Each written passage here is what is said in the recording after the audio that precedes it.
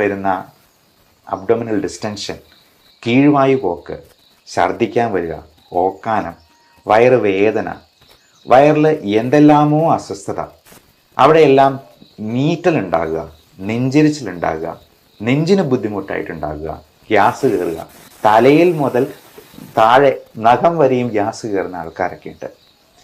നമുക്കറിയാം, നമുക്ക് പറ്റാത്ത എന്തെങ്കിലും സാധനങ്ങളൊക്കെ ഉള്ളിൽ ചെന്ന് കഴിഞ്ഞിട്ടുണ്ടെങ്കിൽ അത് എന്തെല്ലാം റിയാക്ഷൻ ഉണ്ടാക്കും. നമുക്ക് സ്കിന്നിലൊക്കെ ചൊറിഞ്ഞു കടിക്കുമ്പോൾ തന്നെ അതിൻ്റെ ബുദ്ധിമുട്ട് എന്തുമാത്രമുണ്ട്. ഇതുപോലെ വയറിനുള്ളിൽ, നമ്മുടെ വയറിൻ്റെ എപ്പിത്തീലിയൽ ലൈനിങ്ങിൽ ഒക്കെ ഇങ്ങനെ ചൊറിഞ്ഞു കടിച്ചതുപോലുള്ള ലീഷൻസ് ഉണ്ടായാലോ, അതുപോലെ അൾസേഴ്സ് ഉണ്ടായെന്നാലോ, ഈ പറയുന്ന നീറ്റിലൊക്കെ എങ്ങനെയാണ് ഉണ്ടാവുക? നമുക്ക് കയ്യിലുണ്ടാകുന്ന നീറ്റിൽ പോലെ ആയിരിക്കത്തില്ല വയറിനുള്ളിലുണ്ടാകുന്ന നീറ്റിലും ഗ്യാസും പുകച്ചിലുമൊക്കെ അത് ചിലപ്പോൾ മറ്റേതെങ്കിലും ഒരു തരത്തിലായിരിക്കും. പലപ്പോഴും ulcerative colitis, irritable bowl syndrome, Crohn's disease തുടങ്ങിയ കാര്യങ്ങളൊക്കെ നമ്മളൊരു എൻഡോസ്കോപ്പി ചെയ്ത് നോക്കുമ്പോഴത്തേക്കും ചിലപ്പോൾ കാണാൻ പറ്റും അൾസേഴ്സ് ഇങ്ങനെ നിറഞ്ഞു നിൽക്കുന്നത്. അതിന് ചുറ്റും ഈ ദേഹം ചൊറിഞ്ഞു കളിച്ചിരിക്കുന്നത് പോലെ തന്നെയുള്ള ലീഷൻസ് കാണാം. അതേപോലെ പലതരത്തിലുള്ള ഇൻഫെക്ഷൻസ് ഉണ്ടാകാം. എല്ലാം നമ്മൾ കഴിക്കുന്ന ഭക്ഷണത്തിൽ തന്നെ ഉണ്ടാകുന്നതാണ്. നമുക്ക് പറ്റാത്ത പല ഭക്ഷണങ്ങളും ഉള്ളിൽ ചെല്ലുന്നുണ്ടാവാം. ഇപ്പോൾ നമ്മുടെ സ്കിന്നിൽ എന്തെങ്കിലും ഒരു ചൊറിയണം പോലെ ഒരു സംഗതി തട്ടുന്നാൽ പോലും നമുക്ക് ചൊറിഞ്ഞു തടിക്കും, തിണുക്കും. ഇതേപോലെ തന്നെ നമ്മുടെ കൊച്ചു കുട്ടികളിൽ പോലും പലതരത്തിലുള്ള വിരശല്യങ്ങളും അവർക്ക് പറ്റാത്ത ഭക്ഷണങ്ങളും അകത്ത് ചെല്ലുന്നത് കൊണ്ടുള്ള റിയാക്ഷൻ ഉണ്ടാകുന്നുണ്ട്, അലർജി ഉണ്ടാകുന്നുണ്ട്. പലപ്പോഴും ഈസ്നോഫിൽ കൗണ്ട് ഒരു പരിധിയിൽ കൂടുതൽ, അതായത് 8-9% ഒക്കെ ഉണ്ടെന്നുണ്ടെങ്കിൽ നമ്മൾ കൊച്ചുകുട്ടികൾക്കും മുതിർന്നവർക്കും ഉറപ്പായിട്ടും കൊടുക്കുന്ന ഒരു മരുന്നുണ്ട്, ആൽബൻഡസോൾ. ഞാൻ ഒരു പടിയും കൂടെ കടന്ന് ആൽബൻഡസോൾ പ്ലസ് ഐവർമെക്റ്റിൻ രണ്ടും കൂടെ ചേർന്നുള്ള, അതായത് എല്ലാ തരത്തിലുള്ള അണുക്കളും ചത്തുപോകുന്ന രീതിയിലുള്ള ഒരു മരുന്ന് 6 മാസത്തിലൊരിക്കൽ ഉറപ്പായിട്ടും ഇങ്ങനെയുള്ളവരിൽ കൊടുക്കാറുണ്ട്. ചിലപ്പോൾ അത് റിപ്പീറ്റായിട്ട് 2 പ്രാവശ്യമൊക്കെ ചില ആൾക്കാരിൽ കൊടുക്കാറുമുണ്ട്. അപ്പോൾ ഇത് എന്തുകൊണ്ടാണ് ഈ ഈസ്നോഫിൽ കൗണ്ട് കൂടുമ്പോൾ, അതായത് അലർജി ഉണ്ടാകുമ്പോൾ ഈ ആൽബൻഡസോൾ കൊടുക്കുന്നത്? അത് മാത്രമല്ല, ഇങ്ങനെ ഈസ്നോഫിൽ കൗണ്ട് 10-ന് മുകളിലായിട്ട് നിൽക്കുകയാണെങ്കിൽ, അബ്സല്യൂട്ട് ഈസ്നോഫിൽ കൗണ്ട് 1000-ന് മുകളിലാണെങ്കിൽ, IgEയുടെ അളവ് ഒരു 100-ന് മുകളിലാണെങ്കിൽ ഒക്കെ ഭയങ്കരമായ അലർജി ഉണ്ട് എന്നുള്ളതാണ് അർത്ഥമാക്കുന്നത്. പക്ഷെ അന്നേരം നമ്മൾ കൊടുക്കുന്ന ഒരു മരുന്നാണ് ഈ പറയുന്ന ആൽബൻഡസോൾ DEC, ഡൈഇഥൈൽ കാർബമസൈൻ. അതായത് ഫൈലേറിയൽ വേംസ്, ചില തരത്തിലുള്ള വിരകൾക്ക് കൊടുക്കുന്ന ഒരു മരുന്നാണ്. ഇത് രണ്ടും കൂടെ കമ്പൈൻ ചെയ്ത്, അതും സിട്രസിൻ്റെ മരുന്നും കൂടെ, അലർജിക്കുള്ള മരുന്നും കൂടെ കമ്പൈൻ ചെയ്ത്, ബാനസിഡ് ഫോർട്ട് എന്നൊക്കെയുള്ള പേരിൽ നിങ്ങൾ കേട്ടിട്ടുണ്ടാവാം. 3 ആഴ്ചത്തേക്ക് ദിവസം 3 നേരം വെച്ചിട്ട് കഴിച്ചോണം, നിർത്തരുത് എന്ന് ഡോക്ടർ കട്ടായം പറയുന്നത് നിങ്ങൾ തന്നെ ചിലപ്പോൾ ശ്രദ്ധിച്ചിട്ടുണ്ടാവാം. അതോടൊപ്പം തന്നെ ചിലപ്പോൾ സ്റ്റിറോയിഡ് മരുന്നും കൊടുത്തേക്കാം. അപ്പോൾ ഈ പറയുന്ന അലർജിയും ഇത്തരത്തിലുള്ള വയറിൻ്റെ ഇൻഫെക്ഷൻസും വയറ് സംബന്ധമായിട്ടുള്ള ഗ്യാസ് പ്രോബ്ലംസും ഒക്കെ തമ്മിൽ അലർജിപരമായ ഭക്ഷണത്തിലുള്ള ഇൻടോളറൻസുമായിട്ട് അഭേദ്യമായ ബന്ധമുണ്ട് എന്നുള്ളതാണ് നമ്മൾ ഇതിൽ നിന്നും മനസ്സിലാക്കേണ്ടത്. നമുക്ക് പറ്റാത്ത ഭക്ഷണം, അത് നമ്മൾ ഡെയിലി കഴിക്കുന്ന അരി, ഗോതമ്പ്, പാല്, മുട്ട, ഇറച്ചി ഉൽപ്പന്നങ്ങൾ പറയാനില്ല, മീറ്റ് ഐറ്റംസും സീ ഫുഡ് ഐറ്റംസും ഒക്കെ ഒരുപാട് തരത്തിലുള്ള അലർജിക് റിയാക്ഷൻ ഉണ്ടാക്കും.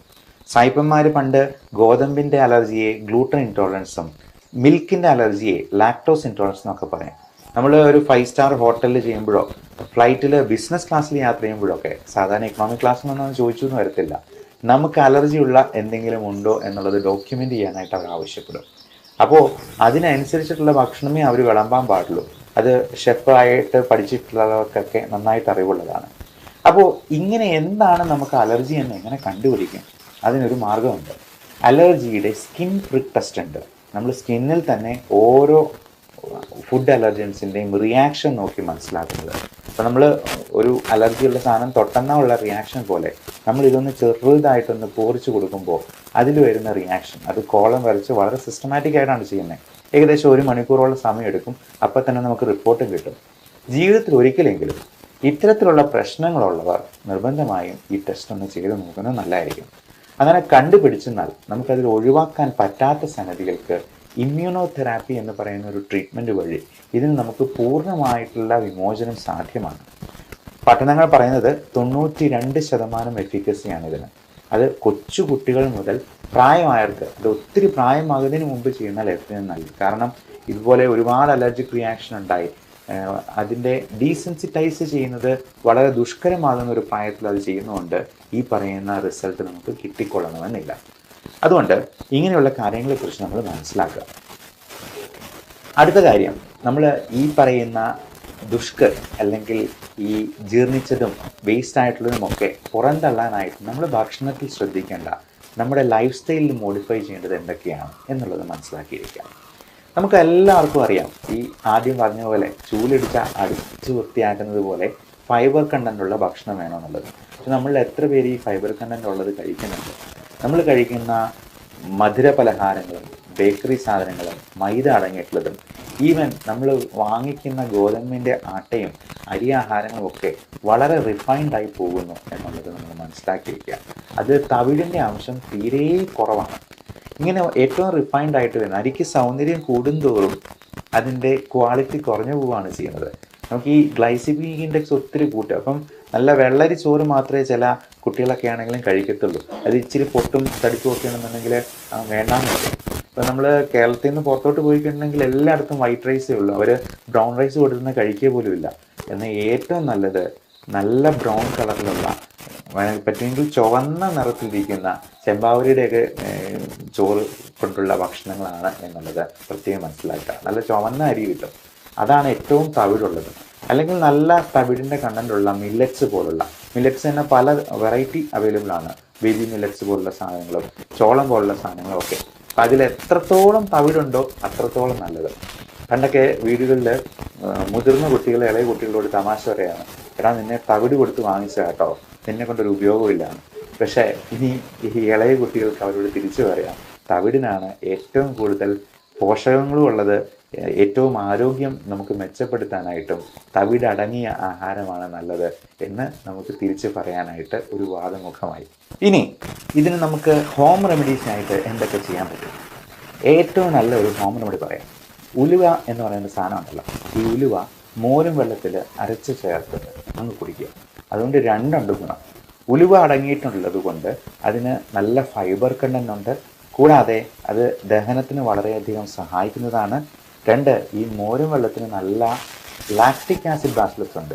ഈ പ്രീ ആൻഡ് പ്രോബയോട്ടിക്സ് എന്ന് പറയുന്ന കാറ്റഗറിയിലുള്ള കുറച്ച് ഗട്ട് ബാക്ടീരിയ ഉണ്ട്. അതായത് നമ്മുടെ ഇൻഡസ്ട്രിയിലെ നമ്മുടെ സുഹൃത്തുക്കളായിട്ടുള്ള ചില അണുക്കളുണ്ട്. അവന്മാരൊക്കെ പലപ്പോഴും നമ്മുടെ അശ്രദ്ധ കൊണ്ട് ചത്തുപോകുന്നുണ്ട്. പക്ഷേ നമുക്ക് ഇവന്മാരെയൊക്കെ വേണം. കാരണം ഇതെല്ലാം നല്ല രീതിയിൽ പുറന്തള്ളാനായിട്ടും ദഹനം സഹായിക്കാനായിട്ടും ഇവന്മാരെ വേണം. അല്ല എന്നുണ്ടെങ്കിൽ നമ്മൾ ഈ കീഴ്വായു വിടുമ്പോൾ വരുന്നത് എത്രയോ ടോക്സിക് ആയിട്ടുള്ള കെമിക്കൽസും ഗ്യാസുമാണെന്നറിയോ. ഹൈഡ്രജൻ സൾഫൈഡ് എന്ന് പറയുന്ന ഗ്യാസാണ് ആ കീഴ്വായു പോകുമ്പോൾ അത്ര ദുസ്സഹമായിട്ടുള്ള ഒരു ദുർഗന്ധം ഉണ്ടാക്കുന്നത്. അതുപോലെ മീഥെയിൻ പോലുള്ള ഗ്യാസുകളും അമോണിയ പോലുള്ള വിഷവാതകങ്ങൾ പോലും പല അസുഖങ്ങളിലും ഉണ്ടായി വരുന്നുണ്ട് എന്നുള്ളത് മനസ്സിലാക്കുക. അപ്പോൾ ഇതിലൊക്കെ ഇപ്പോൾ ഈ അമോണിയ അത് ഒത്തിരി കൂടി കഴിയുമ്പോഴത്തേക്കുമാണ് ഈ ലിവറിൻ്റെ പ്രോബ്ലംസ് ഉള്ളവർക്ക് ബോധക്കേടും ബോധക്ഷയവും ഒക്കെ ഉണ്ടാക്കുന്ന ഹെപ്പാറ്റിക് എൻകെഫലോപ്പതി എന്ന് പറയുന്ന ഒരു കണ്ടീഷനിലോട്ട് പോകും. ആൾ ബോധം കെട്ടു പോകും.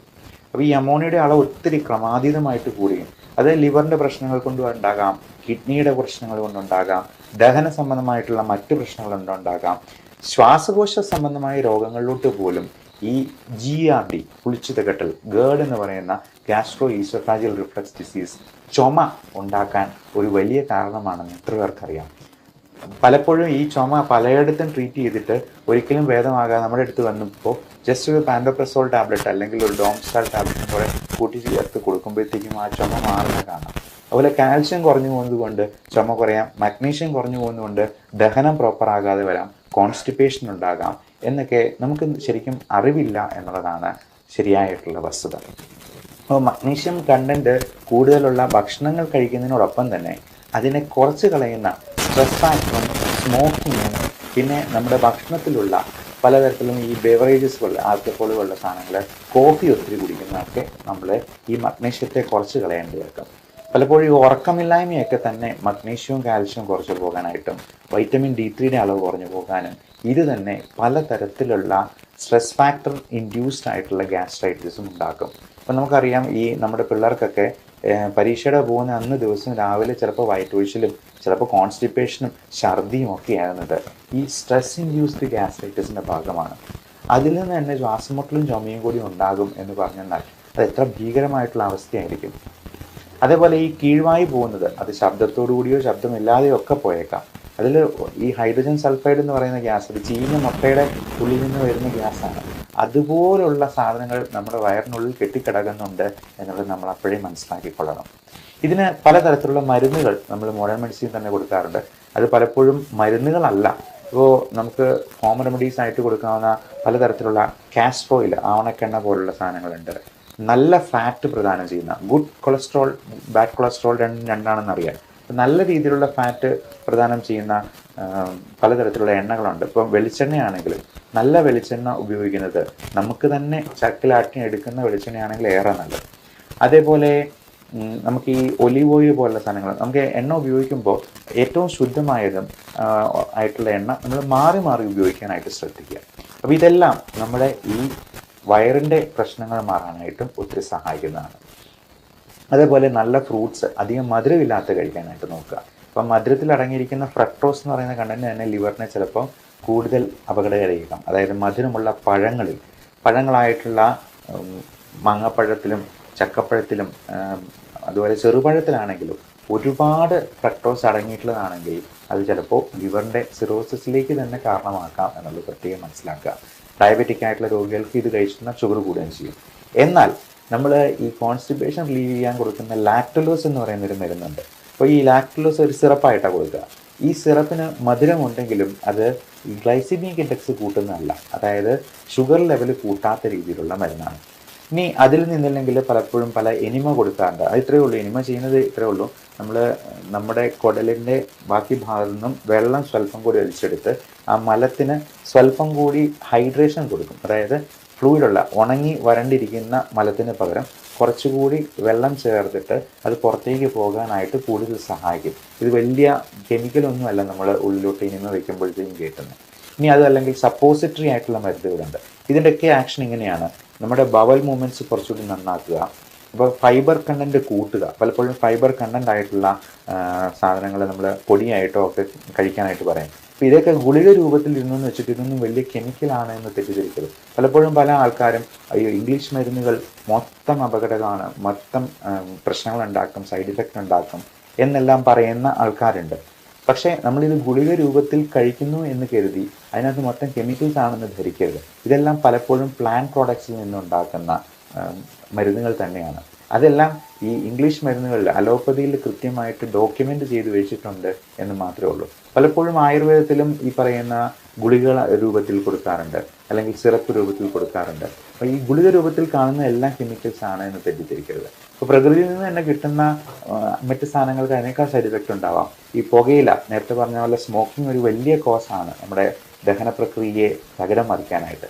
ഈ പുകയില എന്ന് പറയുന്നത് പ്രകൃതിയിൽ നിന്ന് നമ്മൾ നേരിട്ട് കിട്ടുന്നതാണ്. കഞ്ചാവ് അതുപോലെ പ്രകൃതിയിൽ നിന്ന് നേരിട്ട് കിട്ടുന്ന ഒരു ഇലയാണ്. മദ്യമാണെങ്കിൽ പോലും പഴങ്ങളുടെയൊക്കെ സത്ത്, ലാലേട്ടൻ്റെ സിനിമയിൽ പറയുന്ന പോലെ ഈ സ്കോച്ച് വിസ്കി എന്ന് പറയുന്നത് പഴങ്ങളുടെ സത്തൊക്കെ ഊറ്റിയെടുക്കുന്ന നല്ല സാധനമാണ് എന്ന് തെറ്റിദ്ധരിക്കുന്ന കുടിയന്മാരൊക്കെ ഉണ്ട്. അപ്പോൾ ഇതൊക്കെ നമുക്ക് ഒരു സൈഡ് ഇഫക്റ്റും ഉണ്ടാക്കുന്നില്ലേ എന്ന് ചോദിച്ചാൽ തന്നെ അതിനകത്തുള്ള ആ ഒരു മണ്ടത്തരം, ഉദ്ദേശശുദ്ധി ഇല്ലായ്മ നമുക്ക് മനസ്സിലാക്കിയെടുക്കാവുന്നതേ ഉള്ളൂ. അതുപോലെ പലതരത്തിലുള്ള വിഷക്കായകളുണ്ട്. നമ്മുടെ ഭക്ഷണത്തിൽ തന്നെ ഉൾപ്പെടുന്ന പലതും നമുക്ക് അലർജി ഉണ്ടാക്കിയേക്കാം. ഇത്തരത്തിലുള്ള കാര്യങ്ങളെക്കുറിച്ച് നമ്മൾ കൃത്യമായി മനസ്സിലാക്കുക. അതിന് വേണ്ട നടപടികൾ നമ്മുടെ ഭക്ഷണശീലങ്ങളിലും ജീവിതചര്യയിലും കൈക്കൊള്ളുക. എക്സസൈസ്, വ്യായാമം, നിത്യാഭ്യാസി കല്ല് കഴിച്ചെന്നാലും ദഹിച്ചു പോകും എന്നാണ് പറയപ്പെടുക. അപ്പോൾ നല്ല അധ്വാനമുള്ള, നല്ല എക്സസൈസ് ഉള്ള ഒരാൾക്ക് മാത്രമേ ദഹനവും പ്രോപ്പറാകത്തുള്ളൂ. മിക്കവാറും ഈ പ്രായമായവരൊക്കെ ഫുൾ ടൈം ഉറക്കമാണ്. അവർ കട്ടിലേന്ന് എടുക്കുന്നില്ല, പകലും ഉറക്കം, രാത്രിയിലും ഉറക്കം. അപ്പോൾ ഇങ്ങനെ 24 മണിക്കൂർ ഉറങ്ങി കഴിഞ്ഞിട്ടുണ്ടെങ്കിൽ അവർക്ക് വയറ് സംബന്ധമായിട്ടുള്ള പ്രശ്നങ്ങളും മറ്റസുഖങ്ങളും ഈ ക്ഷീണം കൂടത്തേ ഉള്ളൂ. ഉറക്കം കൂടിയെന്നാലും പ്രശ്നമാണ്. അതുപോലെ തന്നെയാണ് ഉറക്കം കുറഞ്ഞു പോയെന്നാലും. അപ്പോൾ ഉറക്കത്തിന് മരുന്ന് എന്തെങ്കിലും കഴിക്കാൻ ഡോക്ടർ പറയുമ്പോൾ അയ്യോ ഇത് ഭയങ്കര സൈഡ് ഇഫക്റ്റ് ഉള്ളതാണ് എന്ന് പറഞ്ഞ് അവർ ഉറങ്ങാതിരിക്കും. അവസാനം അവരുടെ സ്ട്രെസ് ഫാക്ടർ തന്നെ ബാക്കിയുള്ള എല്ലാ അസുഖങ്ങളിലോട്ടും വഴിതെളിക്കും. അത് തന്നെ അവരുടെ അന്ത്യത്തിന് വരെ കാരണമാകുന്ന ഒരു അവസ്ഥ പലപ്പോഴും കാണാറുണ്ട്. അപ്പോൾ ഇങ്ങനെയുള്ള കാര്യങ്ങളെക്കുറിച്ച് നിങ്ങളുടെ പ്രിയപ്പെട്ടവരോട് ഷെയർ ചെയ്ത് കൊടുക്കുക. Love and regards, doctor Bipin Jose, Pulma medical centre, Pala Kanjirappally.